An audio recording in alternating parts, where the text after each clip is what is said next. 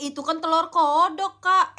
Kok telur kodoknya mau diapain tuh, Kak? Kok telur kodoknya dimakan sih, Kak? Jorok banget. Nanti dia menetas di perut Kakak loh. Teman-teman bantu like dan subscribe ya biar Kakaknya selamat gak kenapa-kenapa. Telur kodoknya diminum kayak gitu. Iya ampun, Kakak ini berani banget masa telur kodok dimakan sih. Kalian berani gak kayak Kakak ini makan telur kodok, teman-teman? Awas nanti sakit perut loh, Kak. Nanti banyak kodok di dalam perut Kakak. Ayo teman-teman kita bantu like dan subscribe biar Kakak ini selamat. Wah, habis.